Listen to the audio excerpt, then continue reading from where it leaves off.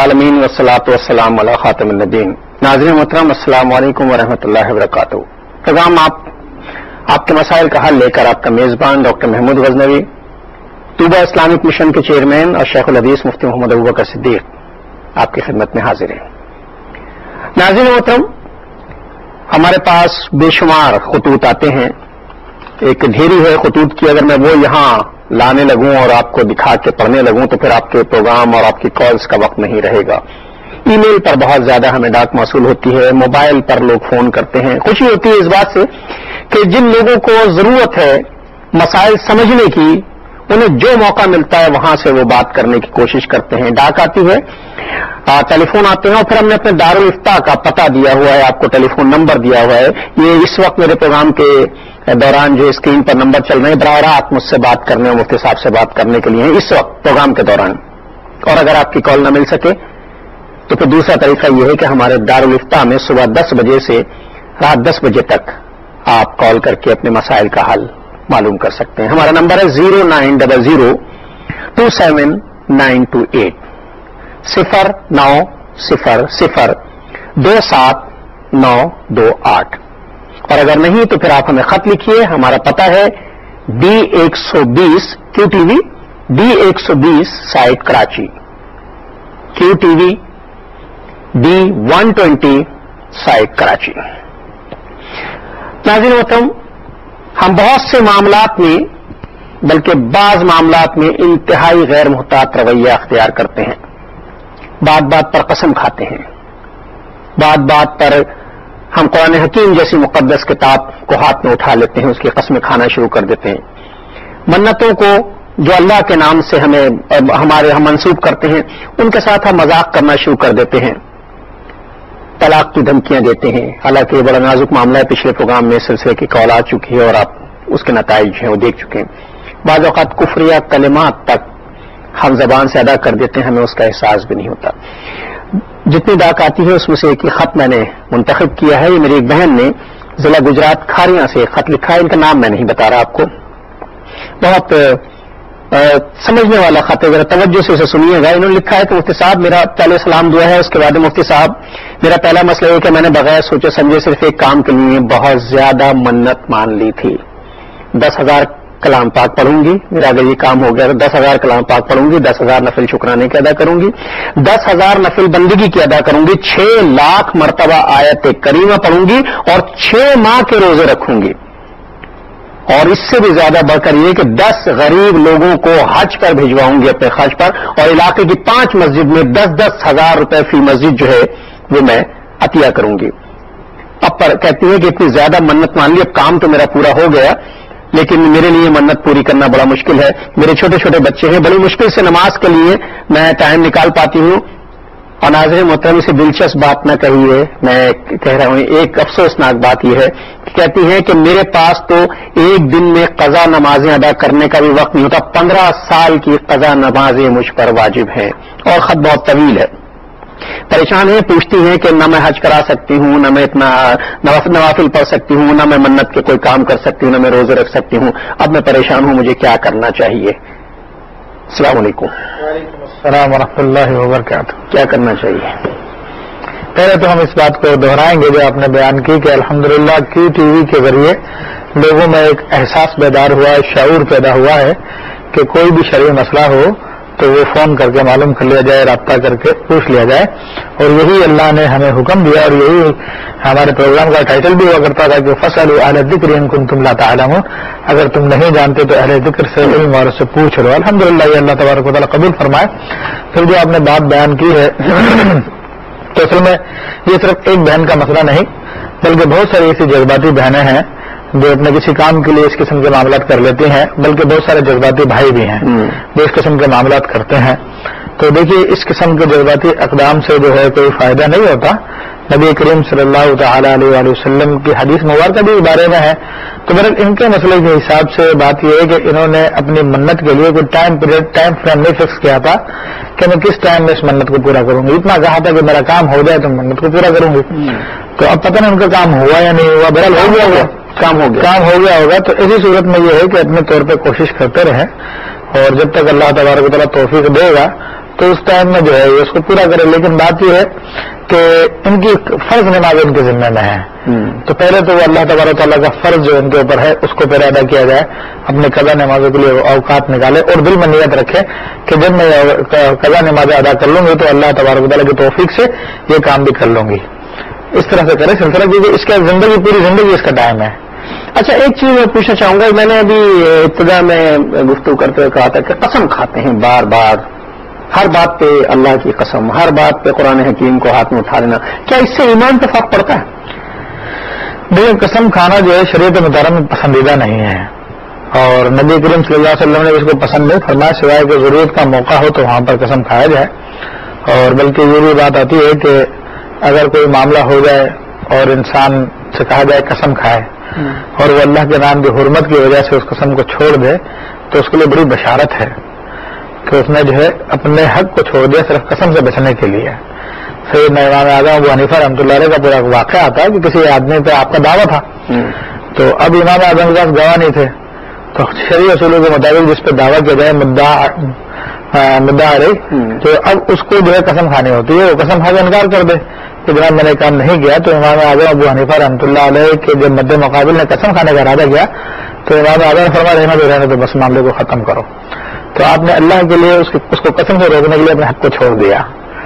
تو یہ بہرحال اس چیز سے بچنا چاہیے. شریعت مطالعہ پسند نہیں کرتی وعدہ قسموں کو. ہاں, لازمی ہوتا ہے. یہ قسم بار بار نہیں کھانی چاہیے, قسم کی حرمت کا خیال رکھنا چاہیے. اور خاص طور پر ہمارے تاجر برادران جو ہیں, جو چیزیں فروخت کرتے ہیں, بیچتے ہیں, ان کا تو تکیہ کلام ہی ہوتا ہے. وہ قسم کھا کھا کے چیزیں جو ہیں وہ مال بیچ رہے ہوتے ہیں. منافع تو شاید مل ہی جاتا ہو, لیکن اللہ کیا یہ صورتحال پسندیدہ نہیں ہوگی. قسم نہ کھائیے, اللہ تعالیٰ آپ کے مال میں, آپ کے رزق میں, آپ کے کاروبار میں برکت ویسے ہی ڈال دے گا. قسم کھا کے اگر کوئی مال بیچا جائے تو بک تو جائے گا حدیث کی روایت کے مطابق, مگر اس سے برکت اٹھ جائے گی.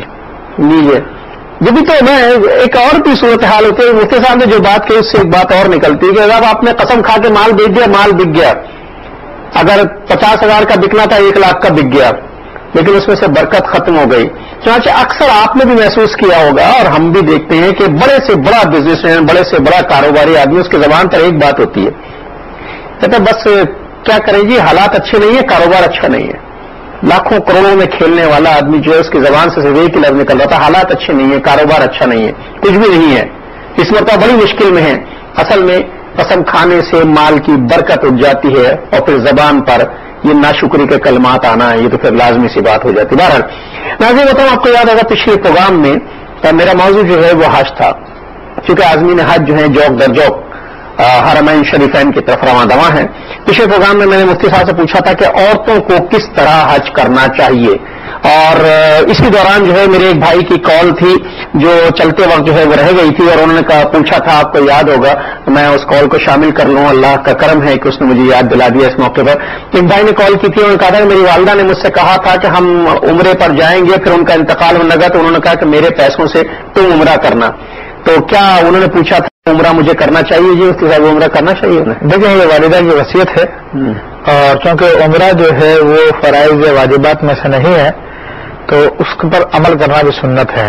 عمرہ کرنا سنت ہے تو اس وصیت کو پورا کرنا بھی سنت ہی ہے. تو چنانچہ اگر دیگر ورثہ اس کی اجازت دے دیتے ہیں تو پھر یہ کر سکتے ہیں. عورتوں کو کس طرح حج پر جانا چاہیے؟ پچھلا ہمارا موضوع شروع ہوا تھا اور درمیان میں کالس آ گئی تھی تو رہ گیا تھا. نہیں, عورتوں پہ حج کے جانے کے حوالے سے ہم نے بات یہ کی تھی کہ عموماً خواتین جو شرعی مسائل سے آگاہ نہیں ہوتی اور اس میں دلچسپی بھی نہیں رہتی. تو اولم تو یہ ہے کہ ہم نے کہا تھا کہ اول جو زاد راہ وہ تقویٰ ہے, پھر اس کے بعد اس حج کی تیاری ہوتی ہے یا عمرے کی تیاری ہوتی ہے تو اس میں پورے طور پہ مسائل کو اچھی طرح سے بار بار پڑھا جائے, بار بار دیکھا جائے. کم از کم یہ ہے کہ اس کے ادائیگی کا جو مستحب طریقہ ہے اس کو اچھی طرح سے یاد کر لیا جائے تاکہ وہاں پہ دقت نہ ہو, پریشانی نہ ہو. پھر دوسری بات یہ ہے کہ چونکہ ایک اجنبی جگہ پہ جاتے ہیں, اگرچہ کہ ہماری امیدوں کا مرکز ہے, وہ امنگوں کا مرکز ہے, لیکن وہاں پر احتیاط کی نہایت ضرورت ہے, اور پردے کا جو شریعت مطالعہ نے حکم دیا ہے اس کو بجا لانا بھی بہت ضروری ہے. وگرنہ انسان وہاں پر نیکی کمانے کے لیے جا رہا ہے, لیکن باقیات بہت سارے لوگ جو ہے گناہوں میں ملوث ہو جاتے ہیں اور بہت سارے گناہ جو ہے اپنے نامہ اعمال میں لکھ کر لے آتے ہیں. تو یہ ایک کال لے لوں. جی جی, السلام علیکم. ہیلو, السلام علیکم. وعلیکم السلام. ہاں جی بھائی, کیا ہے؟ اللہ کا شکر ہے. آپ خیریت سے؟ جی میں عدیل بول رہا ہوں. جی عدیل صاحب فرمائیے. جی گجرات سے بول رہا ہوں کہ میں نے اپنی ماما کا بولا تھا حاجکا، تو میں نے قسم اٹھائی تھی کہ میں انشاءاللہ اللہ کرے مجھے ہمت ہو میں اپنی ماما کو حاجی کراؤں. میرے میں اتنی ہمت نہیں ہے کہ اللہ کرے میں انشاءاللہ اپنی ماں کو حاجی کروا سکوں. بس آپ دعا کریں، مفتی صاحب میرے لیے دعا کریں، اللہ میرا یہ کام انشاءاللہ پورا کرے. انشاءاللہ بھائی ہو جائے گا. لیکن نیت سچی رکھیے. نیک کام کے لیے جب آدمی ارادہ کرتا ہے بہت سی آزمائشیں درمیان میں آ سکتی ہیں، لیکن نیتوں کا ثواب ملتا ہے. اللہ تعالیٰ آپ کی اس نیت کو ضرور پورا. جی اس کے ساتھ کیا فرماتے ہیں؟ دیکھیں بھائی نے جو ارادہ کیا نیک ارادہ ہے، ماں کی خدمت کا ارادہ ہے، ماں کی خوشی حاصل کرنے کا ارادہ کیا اور بڑا نیک ارادہ ہے. اور بات یہ ہے کہ دلوں کے سودے ہیں. اللہ جل شانہ ہمارے اعمال کو نہیں بلکہ ہمارے دلوں کو دیکھتا ہے کہ کس نیت سے ہم نے کام کیے. بنی اسرائیل میں ایک مرتبہ قحط پڑا تو وہاں سے ایک عابد زاہد شخص کسی مقام سے گزرا تو اس نے وہاں پر ریت کا ایک بہت بڑا ٹیلا دیکھا. تو اس نے کہا کہ اگر میرے پاس مال ہوتا اور یہ آدھا ہوتا تو میں اللہ کے راہ میں تقسیم کر دیتا لوگوں میں. تو اللہ تبارک و تعالیٰ نے اس زمانے کے نبی پر وحی فرمائی کہ اس سے کہو کہ ہم نے اس کا ثواب دے دیا ہے اس کی نیت کی بدولت. تو میرے بھائی انما الاعمال بالنیات، آپ نے نیت کی ہے وہ ماں کو حج کرانے کی نیت کی ہے. انشاءاللہ اللہ تعالیٰ جو ہے وہ اسے قبول کر کے آپ کے لیے وسائل پیدا کر دیں گے. اگر خدا نخواستہ نہیں ہو سکا ایسا تو اس نیت کا اجر تو آپ کو مل ہی جائے گا. آپ تو دونوں طریقے مومن کے ساتھ مسلمان کے ساتھ یہ بڑا فائدہ ہے کہ اگر وہ عمل کر لے تو بھی اسے فائدہ، ورنہ نیت کر لے تو بھی اسے فائدہ. یعنی دونوں طرف سے فائدہ جو ہے وہ مومن ہی کو پہنچتا ہے، مسلمان ہی کو پہنچتا ہے. اس پر اللہ کا شکر ادا کرنا چاہیے. بے شک دونوں طرف سے ہم فائدے میں رہتے ہیں. اچھا مطلب پچھلی مرتبہ جو ہے میں ایک کال لے لوں. پچھلی مرتبہ کا ایک سوال میرے ذہن میں پھر آ گیا ہے. السلام علیکم. ہیلو جی السلام علیکم. وعلیکم السلام. بھائی صاحب مجھے یہ پوچھنا تھا کہ میرے بیٹے کا نام ہے محمد احد. احد تو ہم اس کو احد بلاتے ہیں. تو وہ بڑے چڑچڑا کا ضدی ہے، مارتا ہے بچوں کو، یہ وہ کرتا ہے. تو لوگ کہتے ہیں کہ اس کا نام بدل دو. احد نام اچھا نہیں ہوتا. احد تو صرف خدا کی ذات ہے، بندہ تو احد نہیں ہو سکتا. تو میں تو بڑی پریشان ہوں کہ یہ کیوں ایسا ہے. اس لیے میں کہا کہ چلو آپ سے بات کر کے پوچھا جائے آپ اس بارے میں کیا کہتے ہیں. میں تو نہیں، مفتی صاحب ہی کہیں گے جو کچھ کہنا ہے، میں تو صرف سننے والا ہوں. اچھا ناظرین یہ دو کال جو ہیں وہ ہمارے پاس تھی جس میں عدیل صاحب کے والدہ کو حج کرانے کے بارے میں ہم نے جواب دیا. دوسری کال جو ہے اس پر بات کر لیں پھر ہم حج کی طرف آتے ہیں. جی مفتی صاحب کیا فرماتے ہیں اس سلسلے میں؟ محمد احد یہ نام رکھنا جائز ہے اور بلا شبہ احد اللہ تبارک و تعالیٰ کا نام ہے، مگر یہ وہ مخصوص نام نہیں ہے جو کسی اور کا نہ رکھا جا سکے. اللہ کے بعض نام تو وہ ہیں جو بندوں کے لیے جائز نہیں ہے رکھنا، جیسے کہ رحمان ہے، قیوم ہے، خود اس میں ذات اللہ ہے. تو اس قسم کے نام یہ تو رکھنا منع ہے. قدیر ہے، البتہ ان کو عبد القدیر، عبد القیوم، عبد الرحمان رکھا جا سکتا ہے، مگر احد ان ناموں میں شامل نہیں کیا گیا. تو یہ کہنا کہ جناب یہ نام بچے کے لیے اچھا نہیں ہے یہ غلط تصور ہے. یہ بہت اچھا نام ہے. محمد احد جو ہے رکھا گیا، نبی کریم صلی اللہ علیہ وسلم کے اسما میں بھی یہ آتا ہے احد. ناظرین محترم پچھلی مرتبہ آپ کو یاد ہوگا ہم نے پوچھا میں یہ عرض کر رہا تھا پچھلے پروگرام میں، چونکہ اسے میں کنٹینیو کرنا چاہتا ہوں کہ حج پہ خواتین جب جاتی ہیں تو پردے کا تو خواتین کے لیے بڑا اہتمام ہے، لیکن حج پر انہیں چہرہ کھلا رکھنا. اگر وہ پردہ ہیں اور پردہ کرنا چاہیں تو کپڑا تو چہرے پہ لگ نہیں سکتا، تو کیا کریں گے؟ دیکھیں اس کے لیے ہمارے فقہا نے یہ بات بیان کی ہے کہ اگر خواتین پردہ کرنا چاہیں، کیونکہ بعض خواتین بہت حیادار ہوتی ہیں تو وہ اس معاملے میں بالکل اپنے آپ کو پریشان سمجھتے ہیں، تو ان کے لیے حل یہ ہے کہ وہ کوئی کیپ ایسی بنا لیں جس پہ آگے ہیٹ ہو، ہیٹ کے ساتھ آگے وہ کپڑا لٹکا لیں اس انداز میں کہ نیچے سے بھی کوئی چیز ایسی راڈ وغیرہ لگائیں یا کوئی لکڑی وغیرہ لگائیں کہ جس سے وہ آگے جو پردہ بنتا ہے وہ اس میں آگے اٹک جائے. تو اس سے یہ ہوگا کہ وہ چہرے پہ بھی کپڑا نہیں لگے گا اور پردہ بھی ہو جائے گا، شریعت کے حکم پہ عمل بھی ہو جائے گا اور ان کی بھی تشریح ہو جائے گی. اچھا بعض فیملیز جاتی ہیں، خواتین و حضرات دونوں حج پر جا رہے ہیں، ان کے ساتھ چھوٹے بچے ہوتے ہیں، پیچھے کوئی ان کے رکھنے والا نہیں ہوتا، وہ ان بچوں کو لے جاتے ہیں. بچے مطلب اس قابل ہیں، مطلب 4 سال کے 5 سال کے بچے ہیں، تو چھوٹے بچے کو بھی احرام باندھ دیا جاتا ہے، دائرہ حدود حرم میں داخل ہونا حرام. اس کے احرام کی پابندی کیا ہوگی بچے کے؟ دیکھیں پہلے تو ہم اس بات کی وضاحت کر دیں کہ بچے کو حج کرانا عموماً شوق میں ہوتا ہے اور نبی کریم صلی اللہ علیہ وسلم کی حدیث مبارکہ تو یہ ہے کہ جنبوا مساجدکم من صبیانکم و مجانینکم او کما قال علیہ الصلوۃ والسلام، کہ اپنی مسجدوں کو اپنے بچوں سے، اپنے پاگلوں سے بچاؤ، کہ بچے ہوتے ہیں وہ شور بھی کرتے ہیں، انہیں کوئی سمجھ نہیں ہوتی، اس کے علاوہ بعض اوقات جو ہے ان کی دفعہ حاجت بھی ہو جاتی ہے اسی مقام پر، تو اس لیے شریعت مطالعہ نے ان کو تو مسجد میں لانے سے منع کیا۔ بہرحال اگر وہ حج کراتا ہے تو ایسی صورت میں چونکہ مکلف نہیں ہے، اس پہ شرعی احکام لاگو نہیں ہوئے ہیں، تو ایسا وہ ان کا احرام جو ہے ایسے شوق کا احرام ہے، تو جس حد تک اس کو نبھا سکتے ہیں نبھائیں۔ اچھا اب ایک چیز اور پوچھنا چاہتا ہے، جو احرام باندھتے ہیں چونکہ زندگی میں پہلی مرتبہ بعض لوگ حج میں جاتے ہیں، بعض کو اللہ توفیق دیتا ہے کہ بار بار جاتے ہیں، بعض لوگ پہلی مرتبہ، وہ احرام باندھنے کا طریقہ جو ہے وہ بڑا، کیونکہ احرام تو ایک سمپل سا کپڑا ہے، اسے لپیٹ لینا ہے، سلا ولا تو ہے نہیں، اس میں کوئی ویسے بند نہیں۔ احرام روکنے کے لیے مطلب ایسے نہیں، اس پر ایک خاص قسم کی بیلٹ باندھ دی جاتی ہے، کیا وہ بیلٹ سے احرام روکا جا سکتا ہے باندھ کر؟ دیکھیں احرام کو بیلٹ سے روکنا یہ مکروہ ہے، اور اس طرح سے اس سے گریز کرنا چاہیے۔ ہاں البتہ بعض لوگ جو بیلٹ وغیرہ باندھتے ہیں تو اس میں فقہاء کرام نے یہ صورت بتائی ہے کہ نیت احرام کو روکنے کی نہ کرے، بلکہ نیت اس بیلٹ میں پیسے رکھنے کی کرے، کیونکہ عام طور پر اس کے آگے جیب ہوتی ہے، تو اس میں پیسہ رکھنے کی نیت سے باندھ لے کے میرے پیسے محفوظ رہیں گے۔ اب نیت آپ کی وہ تھی پیسہ رکھنے کی، اور اس کے ضمن میں جو ہے وہ احرام کا ماننا بھی پایا جا رہا ہے۔ تو شریعت کا قاعدہ یہ ہے کہ کم من احکام لا تجوز اصلا ولکن تجوز فی ضمن اشیاء اخرى، کہ بہت سارے احکام ایسے ہوتے ہیں اصلا اگر کرنے جائیں تو وہ جائز نہیں ہے، لیکن دوسری اشیاء کے ضمن میں جو ہے وہ جائز ہو جاتے ہیں۔ تو مطلب بیلٹ باندھی جا سکتی ہے؟ جی ہاں، بیلٹ اس نیت سے باندھی جا سکتی ہے، اگر کسی اور احرام کو ٹائٹ کرنے کے لیے، اس کو روکنے کے لیے باندھے تو مکروہ ہے، پیسے رکھنے کی نیت سے باندھے۔ اچھا اگر فرض کیجئے کہ احرام کو روکنے کے لیے گرہ لگا لی جائے تو گرا تو دیکھیں تیبن کو جو باندھا جاتا ہے تو اس کو اوپر سے تو گرا لگائی جاتی ہے کہ وہی اس کا طریقہ ہے، سنت بھی یہی ہے۔ ہاں البتہ یہ ہے کہ نیچے سے گرا وغیرہ لگانا تو یہ کراہت اس میں آتی ہے۔ ناظرین محترم، یہ کچھ احرام کے مسائل ہیں، بظاہر بہت عام سی بات معلوم ہے، احرام کا اپنا ایک کانسیپٹ ہے لوگوں کے ذہن میں، اس پر میں بات کرنا چاہتا ہوں۔ جو پہلی مرتبہ حج پر جا رہے ہیں انہیں احرام کے معاملے ان کا خیال یہ ہوتا ہے کہ احرام جو ہے وہ ایک کپڑے کو لپیٹ لینے کا کام ہے، تو وہ کہتے ہیں جی ہم نے تو احرام پہن لیا، اب اسے اتاریں یا میں اتاریں، مطلب احرام کا خدا خاصہ گندا ہو گیا، اس پہ چھینٹے آگے ناپاک ہو گیا، تو پھر وہ ڈرتے ہیں کہ یہ چادریں، محض چادروں کا نام احرام نہیں ہے، احرام جو ہے ایک نیت اور ایک کیفیت کا نام ہے، جو ایک کچھ پابندیوں کا نام جو ہے احرام ہے۔ لیکن میں آپ سے اس پر تفصیلی بات کرنا چاہتا ہوں ایک چھوٹے سے وقفے کے بعد۔ کم بیک ناظرین، وقفے کے بعد پروگرام میں ایک بار پھر آپ کا خیر مقدم ہے۔ ہمارے ساتھ ایک کالر ہے، آئیے پہلے ان سے بات کرتے ہیں۔ السلام علیکم۔ السلام علیکم۔ ہیلو جی السلام علیکم جناب، فرمائیے۔ آپ سے جی ہمیں اجازت نمبر جی جیسا فرمائیے۔ میرا یہ سوال ہے کہ میرا ایک بیٹے کا نام رکھا ہے بسم اللہ اور دوسرے کا نام ہے الحمدللہ۔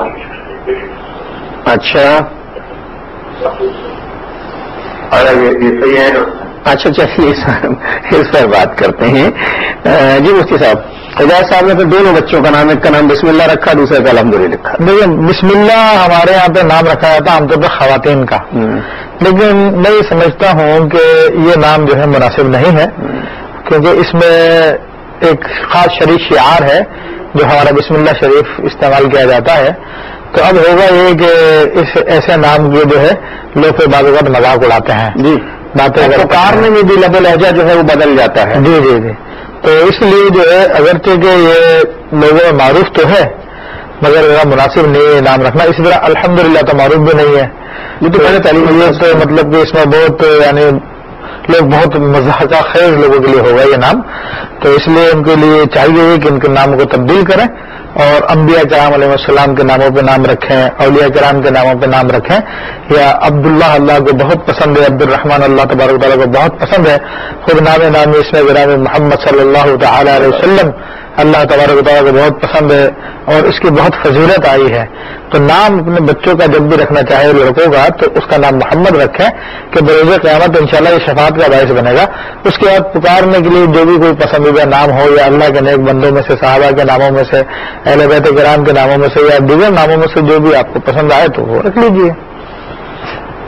نام رکھنے کے بارے میں خاص طور پر میں نے ایک پروگرام بھی پتہ نہیں آپ کو یاد ہو یا نہ یاد ہو، کہ ایک پروگرام ہم نے کیا تھا، میں نے تقریباً ایسے تمام موضوعات پر جو ہمارے سماجی موضوعات ہیں ان پر. اور ناظرین آپ سے بالکل میری درخواست ہے، یہ جو اسکرین پر نمبر چل رہے ہیں آپ بلا تکلف جو ہے وہ سوالات کیجیے، ہم آپ کے منتظر ہیں. مطلب ضروری نہیں ہے موضوع میرا حج ہے، ضروری نہیں ہے آپ حج کے بارے میں سوال کریں. جو سوال بھی دیکھیے ہمارے بھائی نے پوچھ لیا کہ انہوں نے نام اس طرح کے رکھے ہیں، اس سے پہلے ہماری بہن نے پوچھا تھا کہ انہوں نے کس طرح کا نام رکھا وغیرہ، جو بھی آپ پوچھنا چاہتے ہیں. لیکن میری درخواست یہ ہے، پہلے بھی میں نے ایک پروگرام میں کہا تھا کہ بچوں کے نام رکھنے کے بارے میں بہت احتیاط کرنی چاہیے. ان ناموں کا شخصیت پہ بھی اثر ہوتا ہے اور یہ نام جو ہیں وہ شخصیت سازی میں اہم کردار بھی ادا کرتے ہیں. اسی رسول اللہ صلی اللہ علیہ وسلم نے نام رکھنے کی اہمیت کے بارے میں بہت ہی لوگوں کو نصیحتیں فرمائی ہیں. ہمارے ہاں ہوتا یہ ہے کہ ہم کوشش کرتے ہیں جدید اور یونیک ہونے کے، منفرد ہونے کے چکر میں یا کوشش یہ کرتے ہیں کہ منفرد ہوں، چاہے اس کے معنی نکلتے ہوں یا نہ نکلتے ہوں. چنانچہ ایسے دلچسپ نام رکھے جاتے ہیں. میں نے ایسے نام سنے ہیں، بچے کا نام ہے آذان، بچی کا نام ہے دعا، ایک بچی کا نام میں مذاقت نہیں حقیقت میں بتائی، بچی کا نام تسبیح رکھا ہوا ہے، بچی کا نام ایمان، ایک کا نام ایمان رکھا ہوا، مفتی صاحب فرماتے ہیں. اب یہ بس کچھ نام رہ گئے، مطلب روزہ نام نہیں رکھا گیا، رکھ دیں گے کسی دن، نماز رہ گیا ہے، رکعت رہ گیا ہے، فطرہ رہ گیا ہے، صدقہ رہ گیا، بس یہ نام رکھنے رہ گیا. ایسا نہ کیجیے، بچوں کے ناموں کے ساتھ مذاق نہ کیجیے. آئیے پہلے ایک کال لیتے ہیں. السلام علیکم. السلام علیکم. ہیلو السلام علیکم. جی وعلیکم السلام بھائی. جی میں بشارت بات کر رہا ہوں جی جیلم سے. جی بشارت صاحب. میرا سوال یہ تھا کہ تقریباً 2 مہینے پہلے میرا ایکسیڈنٹ ہوا تھا. جی میں موٹر سائیکل پہ تھا اور ٹرک کے ساتھ میرا ایکسیڈنٹ ہوا. تو انہوں نے مجھے یعنی خرچے کے طور پہ ہم نے کچھ پیسے ان سے لیے تھے، جو کہ میں پوچھنا چاہتا ہوں کہ جائز ہیں یا نہیں. یہ وہ کافی بڑی کمپنی تھی، تو انہوں نے جو خرچہ ہمیں دیا تھا وہ تقریباً میرے جتنے ایکچوئل خرچہ ہوا ہے اس سے تقریباً 50% ہے. تو کیا یہ پیسے لینا جائز ہے یا نہیں؟ اچھا ٹھیک ہے، پہلے چلیے آپ کے سوال پہ بات کریں. جی مفتی صاحب، بشارت صاحب کا یہ پیسے لینا جائز ہے؟ دیکھیں اگر یہ معاملہ اولن تو یہ کہ اگر ان کا قصور ہے تو پھر تو شرعی اعتبار سے بھی ان کے اوپر دیت کا حکم آتا ہے، اور اگر بالفرض یہ رضامندی کے ساتھ ہوا ہے تو اس میں کوئی حرج نہیں، شرعی اعتبار سے یہ اس کا خرچہ لے سکتا ہے. اچھا ٹھیک. ناظرین محترم، بات ناموں کی ہو رہی تھی، ناموں سے میں پھر اپنے موضوع کی طرف واپس آتا ہوں. میں نے چلتے وقت آپ سے یہ کہا تھا کہ احرام کی پابندیوں کے بارے میں. مفتی صاحب احرام سے مراد کیا؟ مطلب میں نے دیکھا ہے اور سنا بھی ہے کہ لوگ جو کپڑے لپیٹ لیتے ہیں، اگر وہ گندے ہو جائیں تو سمجھتے ہیں کہ احرام خراب ہو گیا. نہا لیں تو وہ کہتے ہیں نہانا چاہیے یا نہیں نہانا چاہیے، احرام تو کھل جائے گا. اور دلچسپ بات یہ خواتین جب وضو کرتی ہیں تو بڑی شش و تنگ میں پڑ جاتی ہیں کہ اب سر پہ مزہ کریں گے تو احرام کھل جائے گا. جی تو یہ بہرحال ایک غلط تصور ہے. احرام جیسا کہ آپ نے بتایا کہ چادروں کا صرف نام نہیں ہے، بلکہ احرام تو اس نیت کا نام ہے کہ انسان اپنے لیے بہت ساری چیزیں وہ حرام کر لیتا ہے اس نیت کے ساتھ جو اللہ نے اس کے لیے حلال کیا عام حالات میں. چادر اس کی جو ہے علامات ہیں. تو چنانچہ اگر کسی موقع پہ ضرورت پیش آ جائے ان کو چینج کرنے کی یا نہانے کی ضرورت پیش آ جائے، یا خواتین کو اگر وضو کے دوران سر سے دوپٹہ اتارنے کی ضرورت پیش آ جائے تو اگر کوئی اجنبی مرد نہ ہو تو اتار سکتے ہیں، کوئی حرج نہیں ہے. میں کال لینا چاہتا ہوں. السلام علیکم. کہاں سے؟ ہیلو السلام علیکم، میں کویت سے بول رہا ہوں. کویت سے؟ کویت سے. جی جی بولیے فرمائیے. جی جی بھائی، میں جب 13 سال کی تھی تو میرا بابا، ہاں جی جی جی میرا بابا مر گئی تھی. ادھر مسجد نہیں تھا اذان سننے کا، تو کوئی فرماتا ہے جو قبر کے سامنے مسجد ہونا چاہیے جب اذان سنتا ہے مردے لوگ. تو میں نے نیت کیا تھا جو میں پیسہ ہو جاؤں گی تو میں ادھر ایک مسجد بنا دوں گی، میرے بابا بھی اذان سنا، ہر مردہ بھی اذان سنا. حالانکہ میں نے وہ نیت نہیں پورا کیا، ابھی ادھر مکان بھی ہو گیا. اور میرا بابا کا ادھر جو قبر تھا، قبر کا جو ادھر مٹی سے مکان ابھی حالت میں کیا کر سکتی ہوں؟ اچھا ٹھیک ہے. جی صاحب، میں نے کہا کہ اپنے باپ کی قبر پہ مسجد بناؤں گی، تو ایسا کیونکہ قبرستان عام ہے اور وہ قبر کے لیے وقف ہوتا ہے، تو وہاں پر تو اس بات کو پورا بھی نہیں کیا جا سکتا کیونکہ وہ تو قبرستان کی جگہ ہے، اس جگہ میں مسجد نہیں بنائی جا سکتی. ہاں البتہ کہ کوئی ایسی جگہ پہ قبر ہے تو جہاں پر ان کی اپنی پرسنل زمین ہے، وہاں پہ اگر کوئی سائڈ میں اس کی مسجد بنائے اس نیت سے کہ جناب لوگ نماز پڑھیں گے اور مردے کو بھی فائدہ ہوگا، کیونکہ جہاں پر اللہ کا ذکر کیا جاتا ہے وہاں پر رحمتوں کے نازل ہوتے ہیں، تو یہ بھائی کیا جا سکتا تھا۔ اب چونکہ اب ان کے الفاظ کیا تھے کہ مسجد بناؤں گی، کوئی منت مانی تھی یا کیا معاملہ کیا تھا، تو بہرحال اسی کے اعتبار سے حکم ہو سکتا ہے۔ اچھا مجھے ایک چیز بتائیے کہ جب طواف کرنے کے لیے جاتے ہیں مجاہد کرام، طواف کا آغاز جو ہے وہ حجر اسود کے پاس سے، حجر اسود کا استلام کر کے، موقع تو یہ کہ چوم لیا جائے، چوم کے سفر کا آغاز کیا ہے طواف کا آغاز، لیکن یہ موقع تو مجھے نہیں سمجھ میں آتا، مجھے کہ لوگوں کو ملتا ہوگا، بہت ہی مشکل ہوتا ہے، ممکن نہیں ہے، تو دور سے استلام کر لیتے ہیں، یعنی اسے ہاتھ کیے اور اپنا طواف جو شروع۔ بعض لوگ استلام کرتے وقت ہاتھ اٹھا کے انہیں بآواز بلند چومتے ہیں، یعنی ان کے چومنے کی آوازیں جو ہیں وہ جاری ہوتی، یہ جائز ہے؟ دیکھیں ایسا بوسہ لینا کہ جس میں آواز آئے تو یہ مکروہ ہے، معاف کیجیے گا، ہمارے فقہ نے واضح لفظ میں لکھا کہ چومنا کسی چیز کا اس کا معنی یہ ہے کہ اس کو اپنے لبوں سے لگا لینا، تو جب ہاتھوں کو لبوں سے لگا لیا تو چومنے کا عمل ہو گیا پورا، اب اس کے ساتھ چون چون کی آوازیں نکالنا تو میرا لیے مکروہ ہے۔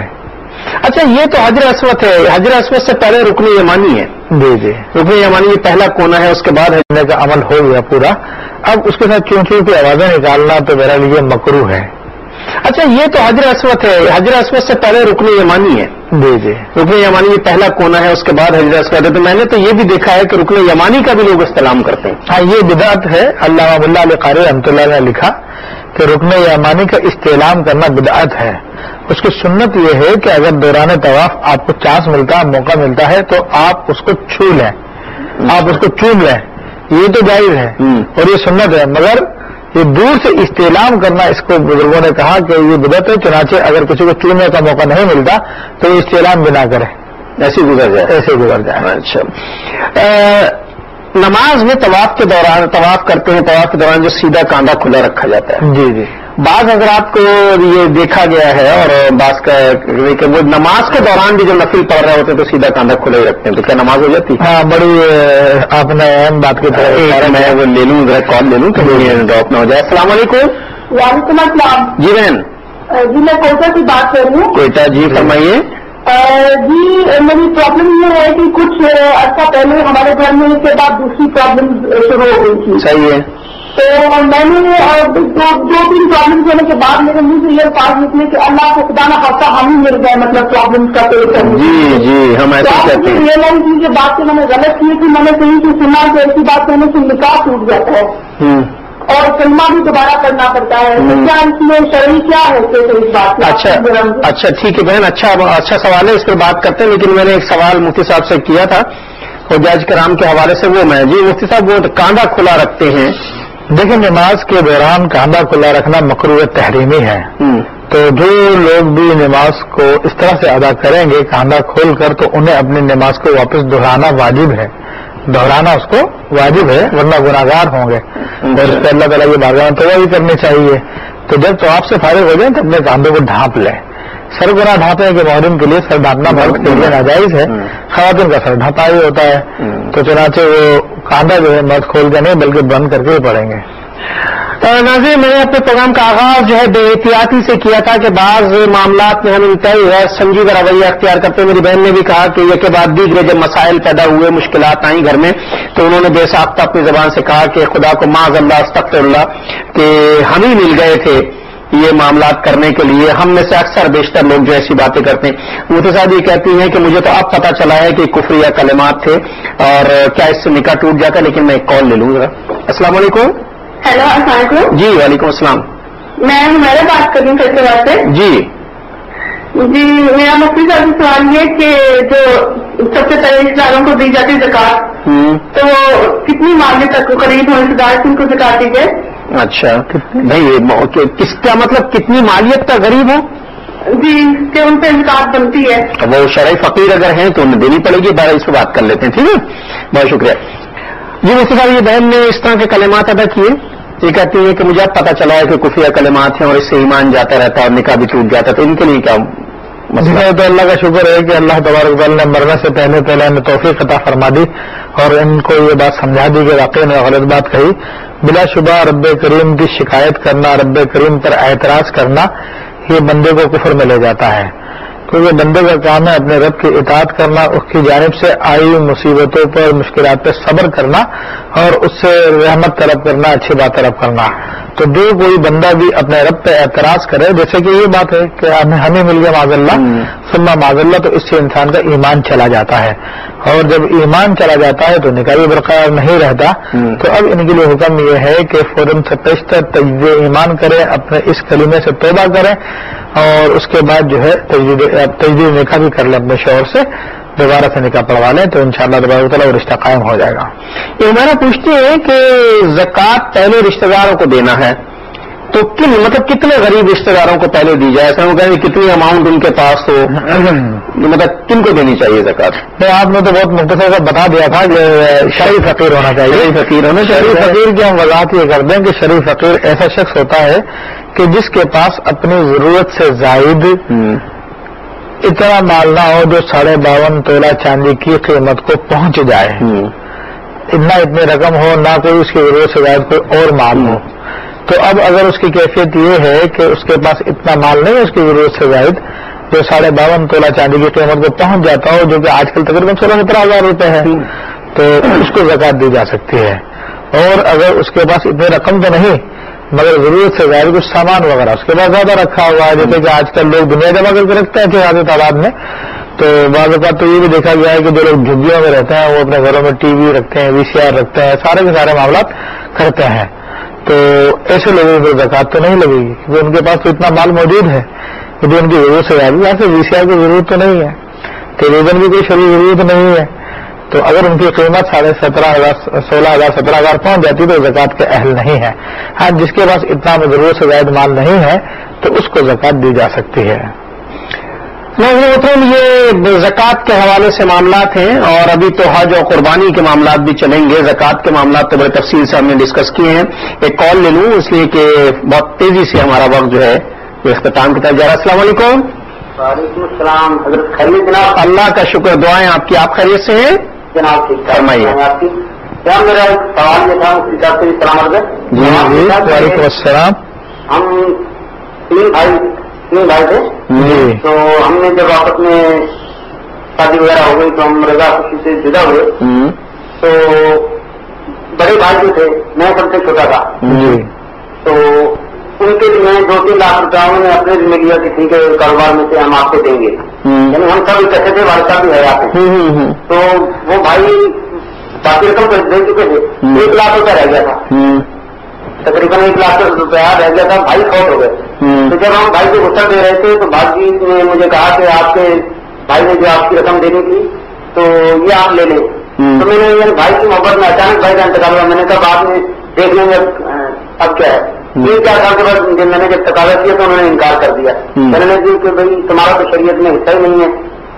حالانکہ وہ صاحب حیثیت ہیں، میں ان کی اس وقت بہت غریب ہوں، تو بھتیجے بھی ہیں، سب کچھ ہے، لیکن انہوں نے بالکل انکار کر دیا کہ نہیں شرعی حیثیت نہیں ہے. چلیے بھائی اس سے بات کر لیتے ہیں. اس طرح کے مسائل بہت ہیں. اللہ تعالیٰ اپنے حفظ و امان میں رکھے خون کے رشتوں کو ایک دوسرے کی کیئر کرنے کے توفیق. جی مفتی صاحب کیا دیکھیں ایسی صورت غالباً ان کی مراد یہ تھی کہ والد صاحب کی موجودگی میں کاروبار جو ہے تینوں بھائی مل کے کر رہے تھے.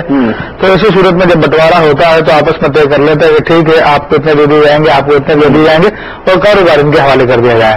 تو اگر آپس میں رضامندی کے ساتھ یہ طے ہو گیا ہے تو ایسی صورت میں پھر وہ قرضے کی حیثیت ہو گئی ہے ان پر. تو چنانچہ اب ان کے یعنی مرنے والے کے وارثین پر واجب ہے کہ اپنے مورث کا قرضہ ادا کریں. اگر قرضہ ادا نہیں کریں گے تو وہ مورث عذاب میں گرفتار رہے گا، کیونکہ ظاہر سی بات ہے اس نے یہ رقم دے کر کاروبار لیا ہے اور یہ ایک طرح کی جو ہے سیل پرچیز ہوئی ہے. تو ان کا حق واقعی بنتا ہے 1 لاکھ روپیہ جو بھی طے ہوا تھا، غریب بھی بہت دے دیں تو وہ ان پہ دینا واجب ہے. اگر نہیں دیں گے تو سمجھ لیجیے اپنے مرنے والے کو انہوں نے عذاب میں رکھا ہوا ہے. جب تک یہ قرضہ ادا نہیں ہوگا وہ عذاب میں گرفتار رہیں گے. ناظرین محترم، اس طرح کے معاملات یہ زندگی میں روز مرہ پیش آتے ہیں. خاص طور پر ایسی جگہوں پہ بڑے مسائل پیدا ہوتے ہیں جہاں کئی بھائی مشترکہ طور پر کاروبار کر رہے ہوں، گھر لے رہے ہوں. جب جائیداد کا بنٹوارا ہوتا ہے، گھر بٹتا ہے، پیسہ بٹتا ہے، چیزیں بٹتی ہیں، مال بٹتا ہے، تو حصہ برابر تقسیم کر لینا چاہیے. اور ناظرین محترم یہ بہت نازک مسائل ہیں. انشاءاللہ زندگی بخیر رہی تو انہی مسائل پر اگلا کوئی پروگرام میں ضرور کروں گا، آپ سے وعدہ کرتا ہوں اللہ کے سہارے۔ اب اگلے پروگرام تک کے لیے اپنے میزبان ڈاکٹر محمود غزنوی اور شیخ الحدیث مفتی محمد ابوبکر صدیق کو اجازت دیجیے۔ زندگی بخیر رہی تو انشاءاللہ بدھ کو 9 بجے صرف QTV پر آپ سے ملاقات ہوگی۔ اللہ حافظ۔